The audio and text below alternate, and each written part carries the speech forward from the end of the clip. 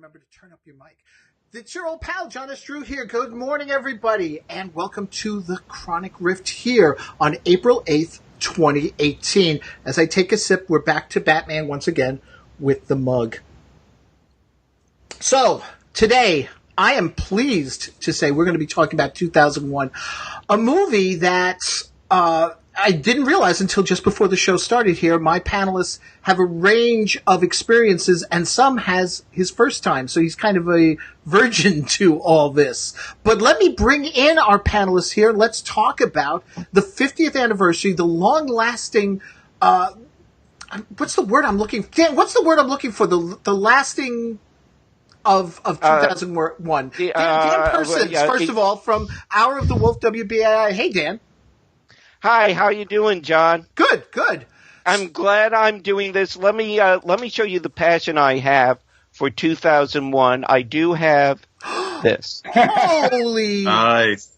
That's and it, by the way, it's not HAL 9000. It's Iris 9000 because apparently they couldn't license the actual name, but it's my Iris 9000 Bluetooth speaker, which I've never used as actually a Bluetooth speaker.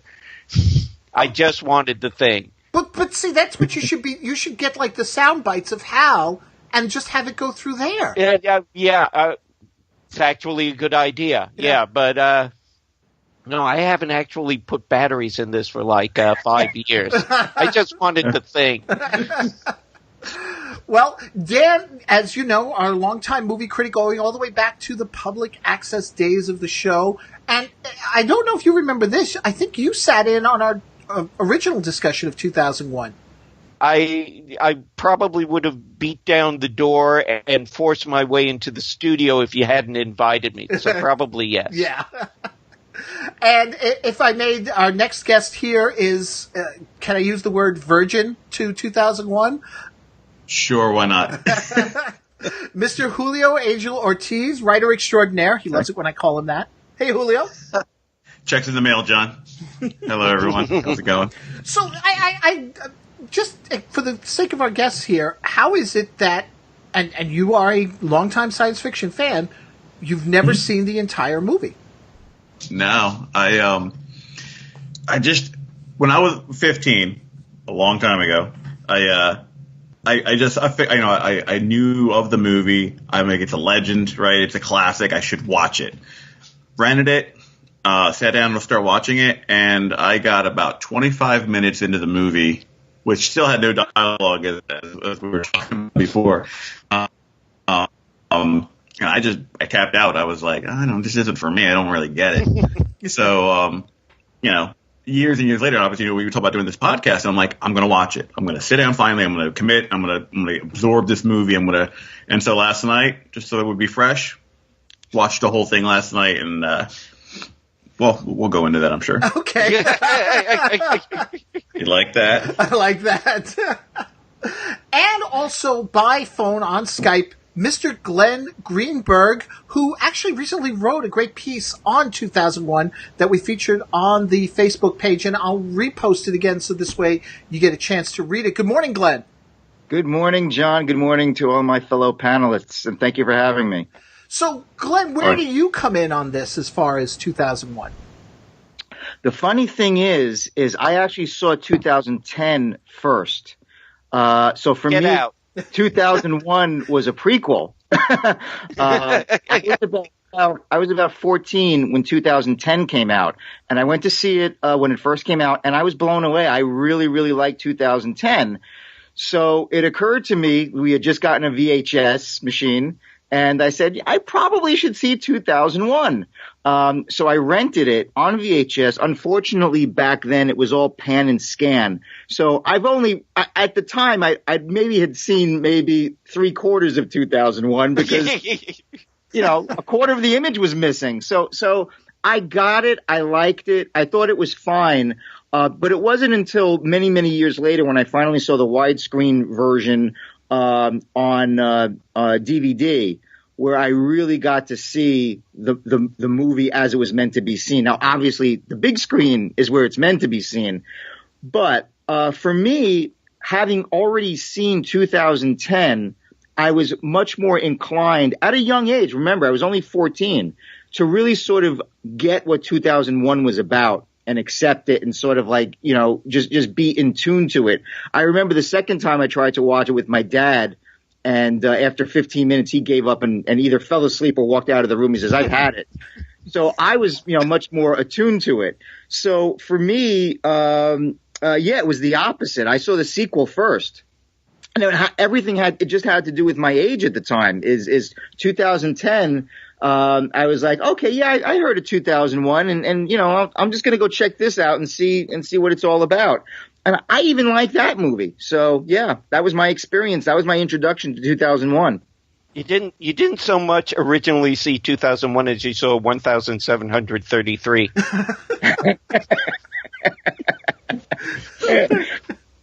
I've never seen 2010. Really? It's for a film that doesn't need to exist. It is actually a good film. They started predicated on the concept that we cannot follow up on 2001 to begin with, so they made their own movie, and it's actually a good film. Well, if you're going to blame anybody, you got to blame Arthur C. Clarke because he wrote the book that the movie was based on. So, I mean, once the book came out, there was no way there wasn't going to be a movie. Right. Now there's something, because as I was watching it again this morning, I watched it several times over the course of March just to sort of get my feelings on this, because I was one of those ones like Julio who for the longest time didn't see it in its entirety. I saw bits and pieces. I was like, oh my God, this, that. And then, there was the whole thing about you really need to be high or drunk to appreciate the movie. So I tried it that way. And I know I made it through the movie. I just don't remember what I saw. Go ahead. Just to clarify, I was 12 years old the first time I saw it. So I was neither. But in watching it, the one of the first things that came to my mind as I'm watching it is, and call me the pessimist when it comes to this, because Hollywood being the remake nutsos that they are, I thought, God, they would destroy this movie today if it ever got remade, because it couldn't be done the way Kubrick staged it out. And I never appreciated it until I started watching it this time around, what the storytelling was all about, because a lot of times, and I think we're all guilty of it, when we watch a movie on TV or we watch a TV show, we're doing something else while we're watching it. You can't do anything else while you're watching. Oh, you could. And guess what? That's why the movie, I think, makes no sense, because there are no music cues. There is not a whole lot of dialogue. So it's not like you suddenly get this dramatic dialogue that comes out of nowhere. I mean, even the scenes where something impactful happens with, like, when Gary Lockwood's character is blown out, we don't get Keir Dalia's, he's not acting frantic and saying something like, oh shit, or something like that, and running off. That's like the kind of stuff you'd see today with a big score from some big Hollywood composer, as he's chasing after him. No. All we got was just a little sped up walk motion, as he's making his way to go rescue him. You really have to watch this, and it's just amazing to see. Well, that's the thing about watching 2001, and you get it. Your experience, Julio's experience, is and Glenn, your father's experience is typical. People say, I watched this film, I hated it, I couldn't stand it, it's boring, and my stock answer for that is, you're watching it wrong. Most of the time, people nowadays, the only way to watch it is on video, and you cannot do it that way. 2001, and there are few films that you can say this about. 2001 needs to be seen in a theater with a large screen and a bitchin' sound system, completely dark. Shut off your cell phones. No distractions. the thing about 2001, and this goes to the storytelling. The storytelling is unique in this. The use of time is unique on this. What Stanley Kubrick was trying to do was really the point of 2001 was to give us a sense of humanity's place in the universe. And among the ways Kubrick does that is to use time. Everything is immense. Everything takes a while to do.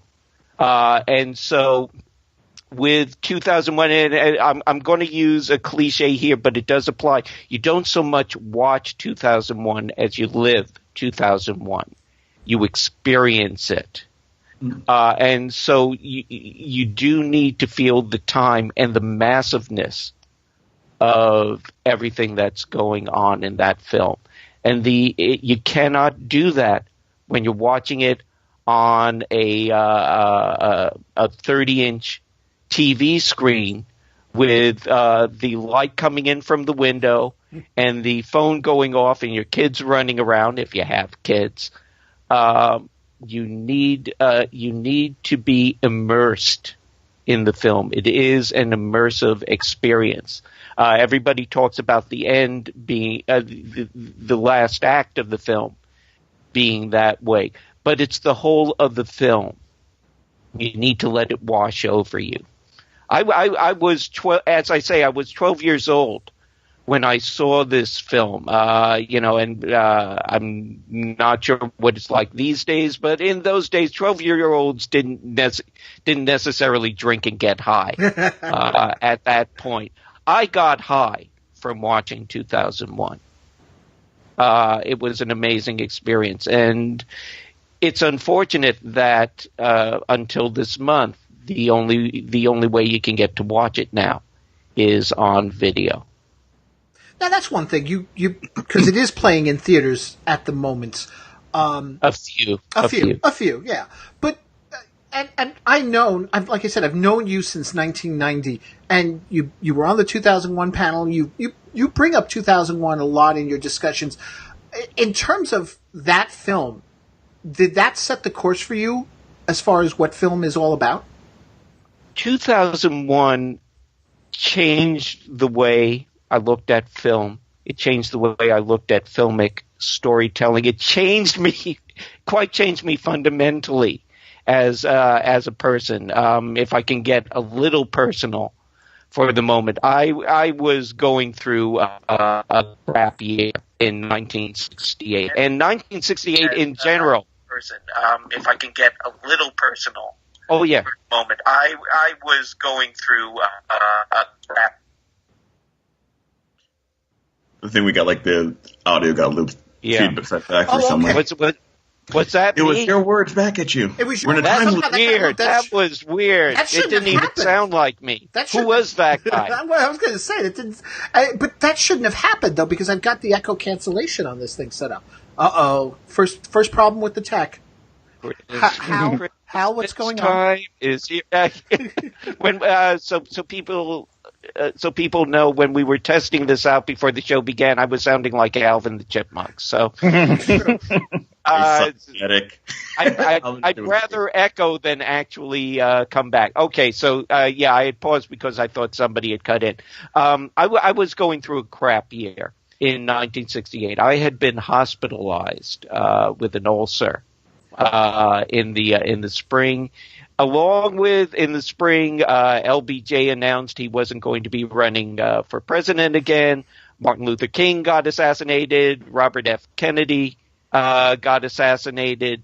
I did not see the film in its first run, but I saw it in its second run when it got out to Long Island. I got a whole story about the provenance of that, but when I got to it, it was not a Cinerama theater. 2001 was originally released in Cinerama, which was a format that used a curved screen that curved around you. Like they've got the the flat screen sets, that curve. Right. It was sort of the same thing, except it was a deeper curve. It was supposed to envelop you all around. I did not see it with that screen, but I did see what was called the Roadshow print, which is the print that's generally available on video now. It's got the overture, it's got the intermission, it's got the entr'acte. So I did see it with that print. I was feeling at that point, because of everything that had happened that year, very vulnerable. And when I got into 2001, it was, here again, another cliche, a mind-blowing experience for me.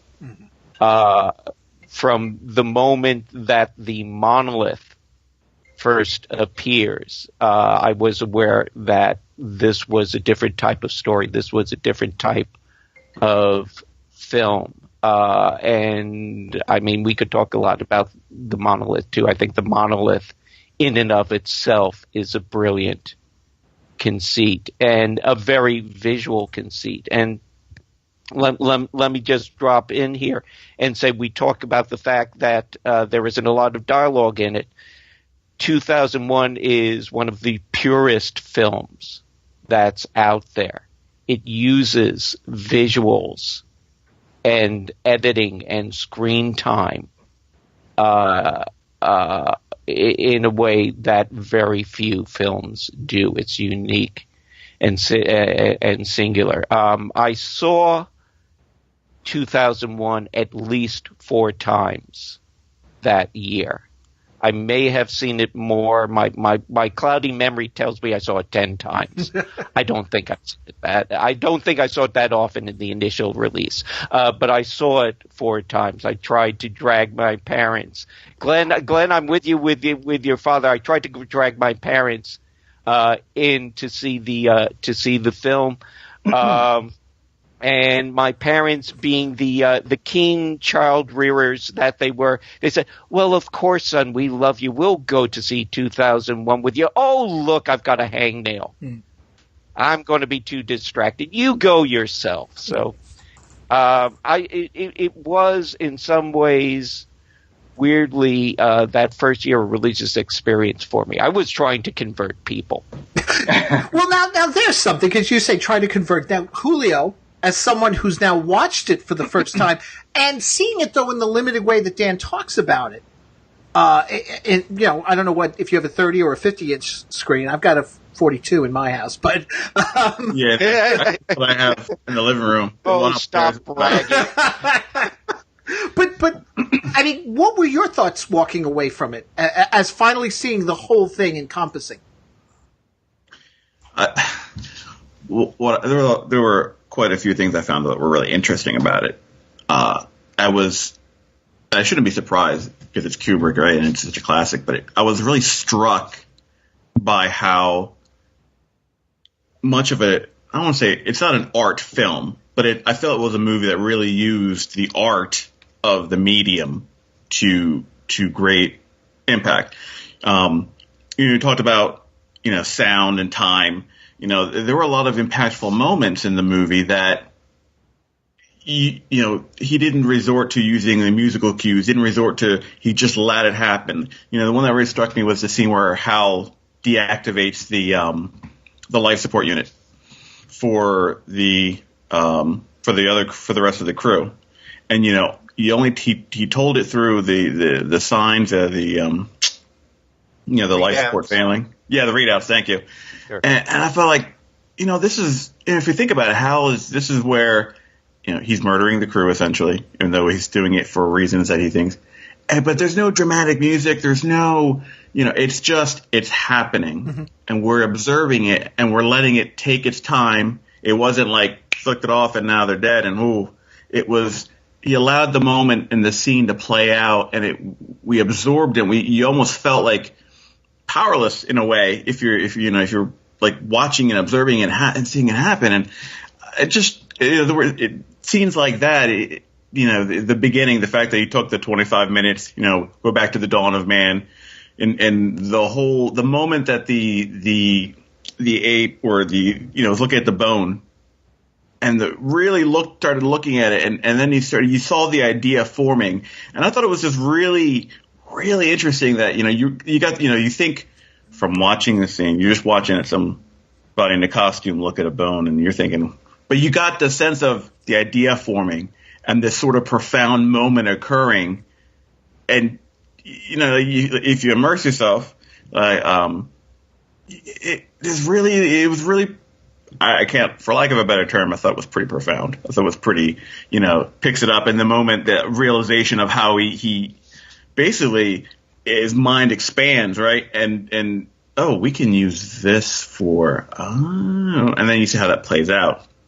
Of course, it's interesting that humanity's first big leap in technology is to use as a weapon, but, in itself, could have been a commentary, but and when they get to the future, when you switch to the future and a very modernized, take or reaction when I saw the hotel in space, right? It's like a Big Apple store. That was my first reaction. It's not an accident that a lot of design, and there's actually an article that I was reading. A lot of design cues off of 2001. And as I say, there was an article that I was reading that advanced the notion that a lot of like Siri and Alexa and all of those items, their personality cues off of what was established with HAL 9000. I think it's a valid argument. By the way, Julio, I just wanted to point out, at the time, one of the things that was said about 2001 was that it was the world's most expensive art film. Yeah. I certainly got that, just watching it, but not in a pretentious way. It was just, it is an experimental film in the way it uses narrative. Yes. Yeah. And, okay. No, I was going because you pointed out how the music, the lack of cues during certain things, and this is something I want to touch on with Glenn here, because I did a little research down, and I don't know how much of this is all true and such, but clearly I would imagine is there was a composer for the movie, and Kubrick let him go ahead and make the music, and then the composer didn't find out until actually the premiere that he didn't use one note because he wrote the classical music. Yeah. In fact, a few years ago, the original score was released on CD. I think one of those specialized soundtrack companies put out the original score for 2001 by the original composer, which was never used. Now, you also got to interview the two stars, didn't you, Glenn? Yes, I did. Now, in talking with them, did you gain any insight into the film, or that sort of you took away as wow, I never thought of that before? I would say that I got that kind of insight when I spoke to Doug Trumbull, who was the special effects director. When speaking with Keir Dullea and Gary Lockwood, what I got really from them was just how much of a genius Stanley Kubrick was considered to be by that time. Both of them were thrilled to be asked to be in the film. Both of them were honored to have worked with Kubrick. And both of them were already big fans of Kubrick. So I think that's what really sort of came through for me talking to them. But in terms of understanding the film itself, the one thing I was gratified with was when I was talking to Q Dullea about it, and he was explaining to me what the film was about to him. I was like, oh, okay, I got that when I was 14 years old. So it's good to know that I'm on the same wavelength as one of the stars of the film. Because there's so many people I've met over the years who have no idea what this movie is about. You know what I mean? So, I would say that in speaking to the two actors, it kind of confirmed what I'd already suspected about the film. But in terms of the insights, and in terms of how the film was made and just the innovation that it brought to the table, I'd say I got most of that from Doug Trumbull. If I could jump in here, I can drop in something a little bit. I was talking about that article that I was reading about HAL 9000. This is by Jerry Flawhive, and he includes a few lines. I can read them for you. Okay. If you want. He's talking about Douglas Rain, who did the voice of Hal, and he's talking about his experience with Kubrick. This is one excerpt. It's not a session Mr. Rain remembers fondly. If you could have been a ghost at the recording, you would have thought it was a load of rubbish. That's one quote. Wow. And then later on, he quotes a transcript from the recording session of directions Kubrick gave him. And here it is. Kubrick gave Mr. Rain only a few notes of direction, including sound a little more like it's a peculiar request, a little more concerned, just try it closer and more depressed. So that's a little bit of insight of working with Kubrick. Though, that explains, because something else I wanted to touch on here is for me, as I say, I know that 2001 has influenced a number of things over the years, pop culture wise and such, but there are two touchstones in the 70s, from my experience, that 2001, and I didn't realize it until watching the movie last night. One being Star Trek: The Motion Picture, which is also near and dear, I know, to Glenn's heart. But because as I'm watching the scenes of the the shuttle approaching the space station and stuff, and it's so there's no music, and it's taking forever. And I know I'm sure that's what a lot of people. And all of a sudden, I was thinking about Keith DeCandido, who years ago, when we were doing the Star Trek 30th anniversary, the 25th anniversary special on the Public Access show, talked about how Star Trek: The Motion Picture was such a mess because, and in particular, he cited the long masturbatory look of Scotty and Kirk approaching the Enterprise, that it took forever. But I was but that's it. Robert Wise was trying to make 2001 in Star Trek: The Motion Picture. He was trying to do the 70s version of it. Is my argument. Okay, a few points of interest. You know who did the special effects on STTMP? Yes, it was Doug Trumbull. Yeah. Okay, one of the and here again, one of the things that turned me around about 2001 that it was the first film in which spacecraft actually had mass to them. Before that, you had Flash Gordon, or even with Star Trek, the ships were zipping around. You never really got a sense that there was an actual huge form in space. 2001 was the first one to do that, and this was in particular sort of a philosophy of Trumbull, was that when he did his spacecraft, they had mass, and he transferred that over to Star Trek: The Motion Picture. And I do have a fondness for Star Trek: The Motion Picture because it is, I think, the special effects sequences are the most beautiful special effects sequences of all the Star Trek films. And it is because for once the Enterprise feels like a real ship in space. It is a giant form that travels through space. And it does owe that to the fact that Trumbull is on it, and Trumbull developed that in 2001. Right. Now the other thing, and because you brought up Rain and his comments about working with Kubrick and stuff, and that sort of then ties in with my other 70s touchstone. There's an episode of the TV show. Okay, get ready to roll your eyes, guys. I'll zoom in on you guys. The Bionic Woman. I'm out of here. There is an episode of The Bionic Woman where Kenny Johnson has a doomsday device that's going to blow up the entire world, and Jamie's got to save, and she fights against the robot computer Alex 7000. Right. Kenny Johnson wanted Rain to do the voice, but he was, and I'm using the air quotes here if you can't see it, unavailable. Because he's probably like, F that shit. Rain is like, walk away clean. I'm out of here. Yeah. But Gary Lockwood, when I spoke to Gary Lockwood and about when I was doing my interviews for my article, and I said, I said, so far the only person I haven't been able to even get any contact information for is Douglas Rain. And Gary Lockwood said, you don't want to talk to him. He's a grouch.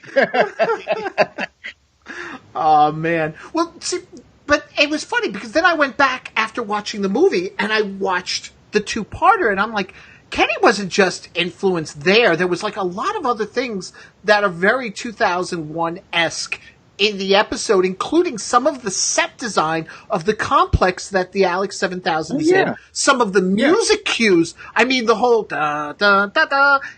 He does his own rip-off version of it in the episode. So I just want to take a moment here, and I want to run this clip doing a comparison side by side of the two here, because I can, because it's my show. But mostly because I just think this is incredible. I didn't realize just how much 2001 influenced Kenny in doing this. So let me just run this here. My mind is going.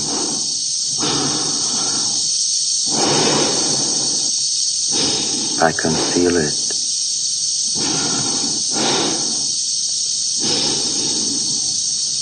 I can feel it. My mind is going.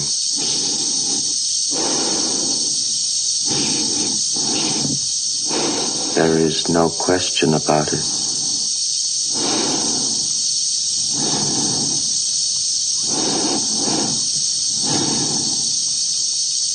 I can feel it.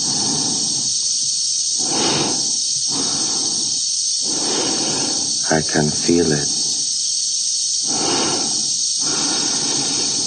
I can feel it.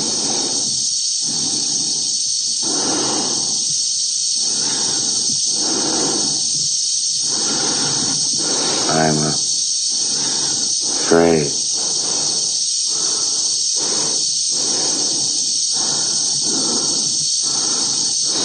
Good afternoon, gentlemen. I am a HAL 9000 computer. I became operational at the HAL plant in Urbana, Illinois on the 12th of January, 1992. My instructor was Mr. Langley, and he taught me to sing a song.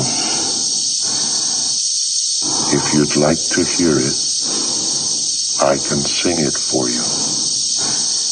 Yes, I'd like to hear it, Hal. Sing it for me. It's called Daisy. Daisy, Daisy, give me your answer, do. I'm half crazy, all for the love of you. It won't be a stylish marriage. I can't afford a carriage.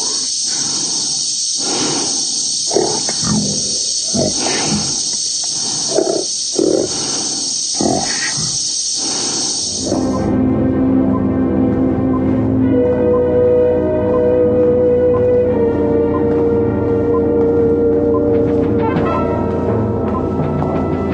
Binary override. Main memory.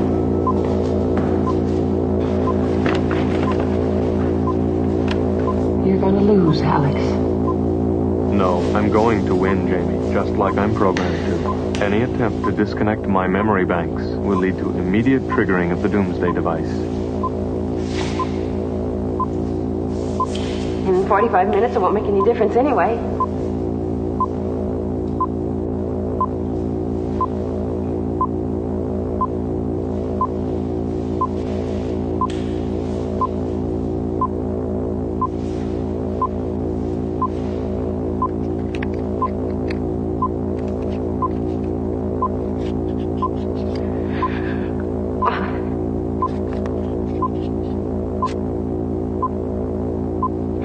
What you are attempting can only lead to disaster.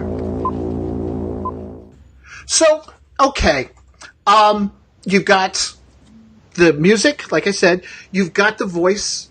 He couldn't get Rain because he was unavailable. So you got Garen Barry. And he told Garen, I want Hal's voice. And if you're not familiar with Garen Barry, I don't know, maybe you haven't watched The Bionic Woman, but if you've seen the original Buck Rogers motion picture, he's Dr. Theophilus. And he's basically doing the same voice. Okay. Yeah. So just to give you some points of reference there as far as Garen and such, he's doing the same voice he did for Alex 7000. But I just find it so funny that, two of my favorite touchstones of the 70s were influenced by 2001, and I never appreciated 2001 until fairly recently. Jim Freund, who's the host of Hour of the Wolf, pretty much accuses me of comparing a lot of things to 2001, and I cop to it actually because I do that. I see the influence of 2001 in practically every genre film, but there are specific genre films that do reference it.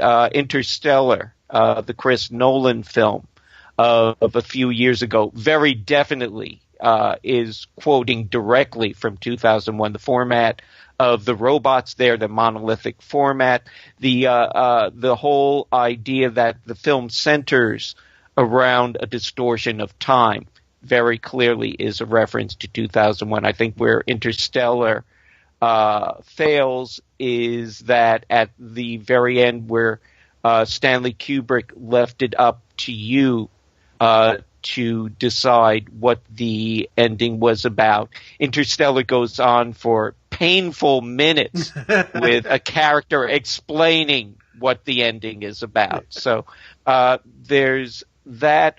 But I see it in places as well, like with Arrival, another film from a few years ago, where the aperture that the scientists enter when they go into the spaceship strikes me very much as a similar format to the aperture in the Orbiter Hilton, that rotating spaceship that the Pan Am commuter flight docks into.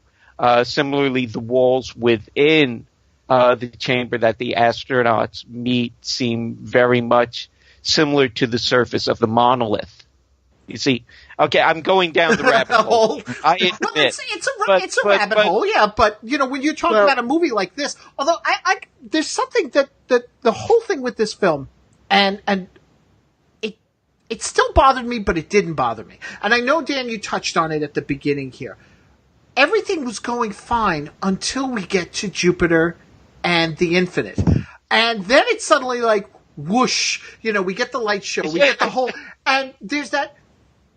I liked it, but I didn't like, because honestly, watching it at the end, I'm sort of like, hey, like, suddenly The Prisoner made more sense to me than. Well, and you could say The Prisoner was influenced here again by 2001. I think that may be a little bit off. I think they were kind of concurrent. I'd have to go and check. But, well, here's the thing about that is that the ending is pretty much seen as a simulation of humanity being reborn. What I find interesting about the fact that you used the disconnection of HAL 9000 where you showed that clip, and you showed it because of the parallel with the Bionic Woman. But the interesting thing about how the HAL 9000 disconnection is that it anticipates the finale of the film. And in fact, 2001 as a whole is about birth and rebirth. It's about taking evolutional leaps. And here again, Kubrick does it in numerous ways. He does it at the beginning of the film in the Dawn of Man sequence with Moonwatcher, which is the main humanoid at that the lead humanoid, if you will, in that sequence, being influenced by the monolith into creating weapons. It's then there is another evolutional leap when Moonwatcher throws the bone up into the air, and there is a jump cut, and it's been held until very recently. There's another film that has broken the record, but up until very recently, that was the biggest leap in time that was ever made in a film cut, from prehistory to spaceships orbiting the Earth. And then again, with the disconnection of Hal, what you see in that sequence is Hal aging. My mind is going, I feel it, going into senility and then being reborn, and introducing him, reliving his introduction in the HAL 9000 labs. And so brilliantly, I think Kubrick keeps repeating this theme of birth and rebirth throughout the film in numerous moments. There's also the moment when the astronauts examine the monolith on the moon, and the monolith emits the signal, and that's another moment of rebirth. That's humans suddenly being reintroduced to the universe. Now, Julio, what was your takeaway from? Because, like I said, for me, I saw that. But what was your takeaway when you saw that for the first time? Because you hadn't seen it through to the end. Right. You think the last scene, sequence? the last sequence. See, I love the existential sort of, keep it. So, he's going through and I kept thinking about the time period. I kept thinking like the movie and this whole sequence was the colors and the special effects that, I think actually still held up really good. It was kind of like trying to expand the consciousness and understanding, or as I interpreted it, about trying to look at, even by the title, Beyond the Infinite, trying to understand not only our place in the universe, but I took it as, existence, and trying to look at, purpose and humanity's, constant exploration. We explore the world, we explore, space in the story, obviously, and how about the boundaries of existence? That's how I took it. So when he winds up in this, room, and he's aged, and I caught that he looked older, a little older, and when he was still in the spacesuit, when he first got to this, he goes through all this stuff, and then now he's in a room that looks very nice and fancy, neoclassical design. Right. And I was like, that's not at all where I was expecting him to wind up. Then, but then it becomes this almost like, surreal, David Lynch-esque later on, my later influence, just sort of this, he goes older, he's alone, next thing you know, he's in bed dying. And then there's the monolith, and it's all harkens back to the very beginning of the film with, Moonwatcher and the other, humanoids finding the monolith, and he's reaching out to it, and all of a sudden now he's a star baby. So I just, how did I take it? I definitely was catching the themes of evolution and rebirth and existence. I felt like I liked the fact they didn't give the answers. I wondered if at the end, if was the advanced form, this new rebirth baby, is it there to usher in a new future or the next stage for humanity? Where I kind of left wondering, or at least I was. But I enjoyed it. I loved it. I just, I kept thinking about it after I went to bed. I was kind of pondering over it, and I still don't have an answer. If I could jump in here, let me just point out that a regular motif in David Lynch's films is a shot traveling down a highway at night with the camera very close to the asphalt, which strangely looks like a practical version of recreating the Stargate sequence. Nice. Yes, it's funny you point that. When you said night highway, I knew exactly. It's on my mind. Lost Highway. I mean, it's like he made a movie around them. Yeah. I thought he brings that motif a lot. That was in the recent season of Twin Peaks as well. That image comes back a lot. Yeah, I think just one last little bit about having seen the movie the first time. What's kind of struck me afterwards as I was thinking about it is and we brought this up at the beginning. It's really a pure sci-fi movie. I mean, there's no you look at today, and you said they couldn't make this movie today. There was no explosion action sequence. There was no artificial threat to It was all very subdued and very, there wasn't any kind of bombastic need to push the plot forward. Events occurred. You witnessed them without the need for the extra layer of music and whatnot. And it just really struck me just how pure a film it is. Well, that's one of the things. That's one of the things that Doug Trumbull pointed out when I spoke to him. He loves the movie, and he's very proud to have worked on it and so forth.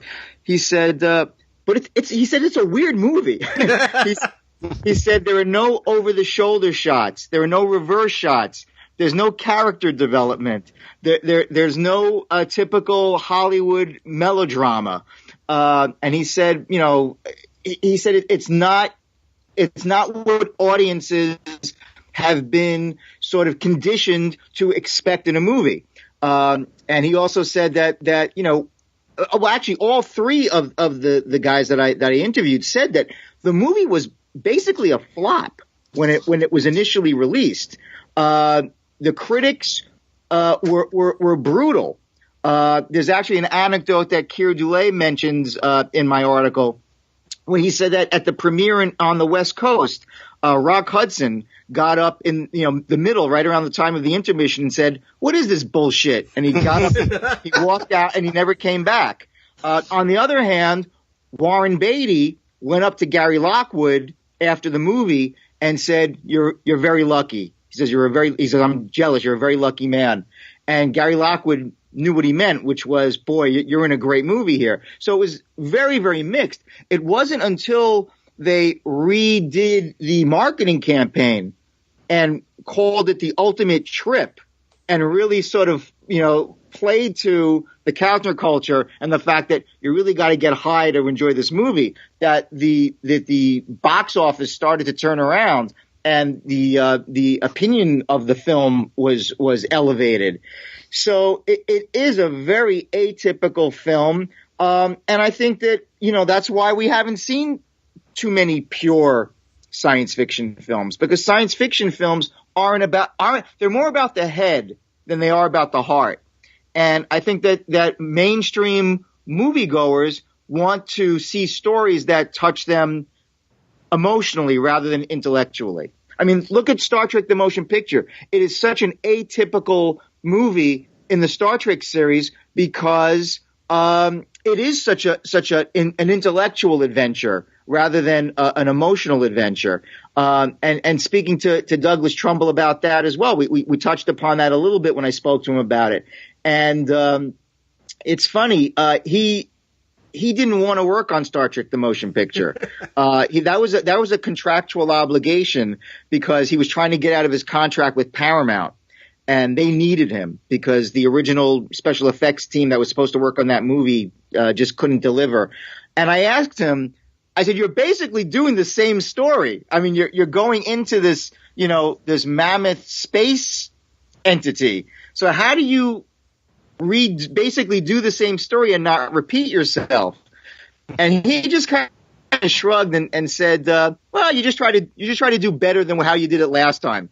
And he admitted the similarities between V'ger and the monolith or the Stargate at the end.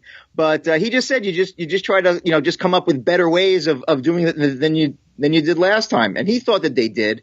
But again, getting back to the whole thing about pure science fiction, I think it's tough to do pure science fiction in a movie just because that's not necessarily what the broad range of audiences want.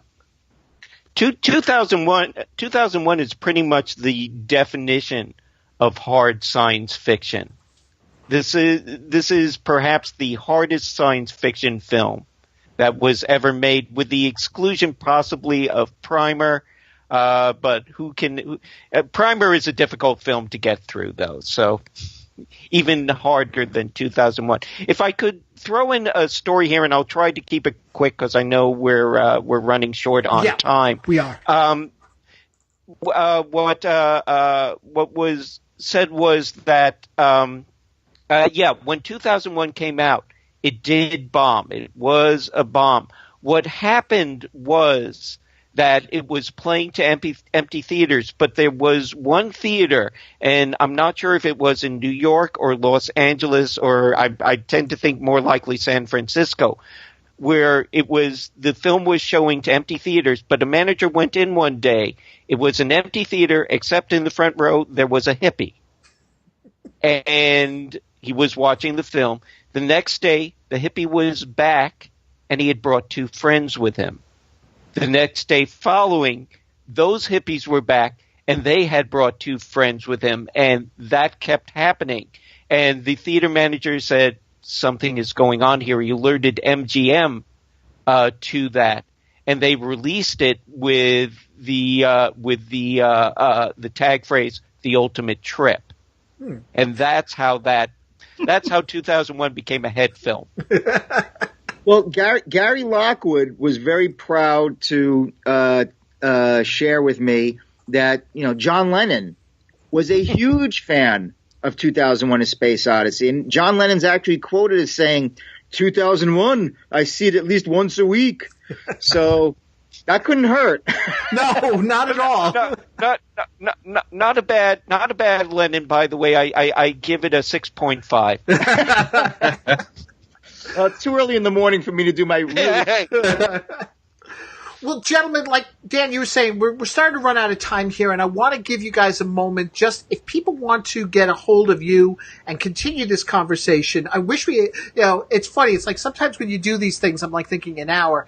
I used to think, do this show for 2 hours, and it's like, things like this, we could probably go on for a while. And then there's other times I'd be like, what am I going to do for 2 hours every Sunday? So I need to wrap this up here. Let me start first with Glenn. Glenn, if people want to get a hold of you, and like I said, I'll post your article again on the Facebook page and in the show notes for this episode so people can get a read on it there. Right now, the best way to reach me through social media is at Twitter. It's at Glenn L. Greenberg. So that's GLENNLGREENBERG. So it's Twitter at Glenn L. Greenberg. Okay. And Julio? I would say social media, JAO, at JAO Writer on Twitter, and on my site, jaowriter.com. And Dan, I mean, we see you here on our In Review episodes, but where else can people find you on the web? Okay. Best way is probably through Facebook at Daniel Persons, if I'm not mistaken. On Twitter, I am on at Dan Persons. Let me just throw in, if I could, just quick, April 18th in Philadelphia at the AMC Broad Street 7, we are going to be showing Blade 2, the greatest vampire martial arts body horror film ever directed by an Oscar-winning director. Now, when you do There's a tagline. When you do these movies, is there anything like in the way of discussion or anything like that afterwards? Or we we don't do that. I would kind of like to do that, but the way the theater is formatted, we like bring the people in. It's still a commercial theater, so we like bring the people in, and we want them to see the commercials and the trailers, and so there isn't much discussion. Hopefully, if this catches on, it's been a monthly thing. We may be going fortnightly with these special screenings now, but I would like to do like a discussion kind of thing, but we're not doing that right now. All right. Very cool. And I'll always say, as usual, folks, head on over chronicriff.com. We're continuing the releases of the public access shows. We just released on Friday the vampire episode we did, actually, speaking of vampires, with Greg Cox and I want to say, not Ellen Kushner. Now, why am I blanking on her name? But we've got those coming. The feed itself for the audio of this episode will be up later on today in the feed, as well as our most recent episode of Presenting the Transcription feature is already out, Old Time Radio Goodness with Boston Blackie. So that's going to do it. Next week, Julio, you're going to be back with me. Got to remember to get up early. Yeah, like today when I was up. Today when you were up way too early. I'm going to go to bed now. Julio's going to be back, and the two of us are going to be, unless anybody else wants to join in, we're going to be talking about Colin Baker, trying to get back into our look at each of the doctors with our little retrospectives here. So I'm looking forward to that, because he's the most misunderstood of them all. Yes. Yeah. No, yeah, I'm looking forward to that too. That'd be great. Yeah. So until next time, folks, thank you so much for listening. Once again, Julio, Dan, Glenn, take care, everybody. Have a great week. Was fun. Thank you. Yeah, thanks a lot.